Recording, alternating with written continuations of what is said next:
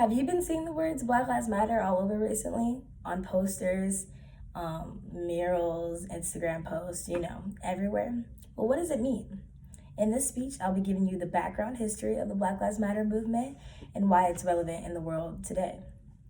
I'll explain who created it, why it was created, and what's been happening in the news in regards to it. Now, the Black Lives Matter movement was created by three women, Alicia Garza, Patrisse Cullors, and Paula Tamati in 2013. This was in response to the murder of Trayvon Martin. The shooting of Trayvon Martin was one of the biggest controversies in 2012. 28-year-old George Zimmerman thought that 17-year-old Trayvon Martin was suspicious in his neighborhood, and instead of waiting for the cops to get to the scene and handle it, he decided to proceed onto Trayvon Martin, which led to him opening fire and killing him. Now, George and many others believe that this was self-defense, that Trayvon was beating Zimmerman and Zimmerman had to act. On the other hand, many people and the Black community believe that Trayvon was racially profiled and he was only killed because he was an African-American male in the wrong neighborhood. In the end, Zimmerman won the case and was found not guilty, which ignited a fire within the Black community. And since then, the Black Lives Matter movement has been fighting against white supremacy. This is just one account of racial discrimination, but there's been multiple accounts that's rooted a lot of anger within the Black community. One of the most talked about issues was the killing of George Floyd in May. 46-year-old George Floyd was stopped by the police officers and ordered out of his car with guns. George was frantically scared and was forced out of his car where Mr. Officer Chauvin pinned him on the ground, handcuffed him, and had his knee pinned into his neck. George kept explaining that he couldn't breathe, but Chauvin just would not let up. A person who was at the scene took a video, and soon after George said that he couldn't breathe, he passed out and literally stopped breathing.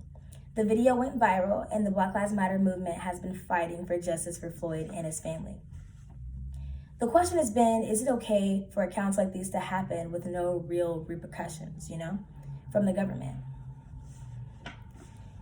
For example, I believe that Zimmerman should have been prosecuted. The Black Lives Matter has voiced their issues in regards to not listening. After the George Floyd incident, though, they just had enough.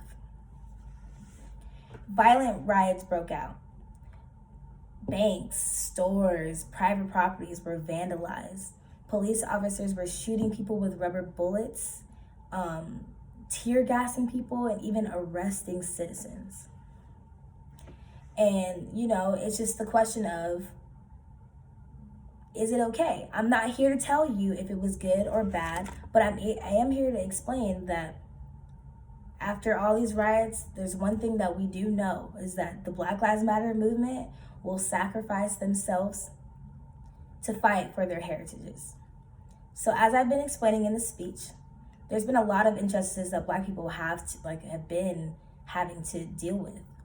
These are just some examples, but there's many accounts of people wrongfully dying for incidents with police officers that just keeps happening.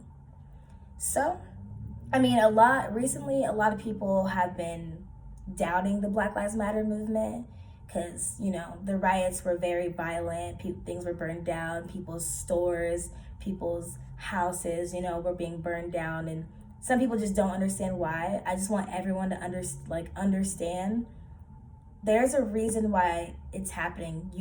Everyone's not going to agree with the method, right? The method could be different, but there's a reason why this stuff is happening. We aren't being listened to, and people are literally dying, being taken away from their families, their friends. 17-year-old Trayvon Martin taken away, not being able to go to college, graduate. People are dying. So next time you tell your friends that the Black Lives Matter movement shouldn't be so upset or shouldn't be protesting, just remember that people rioting and losing a little bit of property is a lot better than losing your life, right? So just because of the color of your skin, you shouldn't be losing your life. So thank you.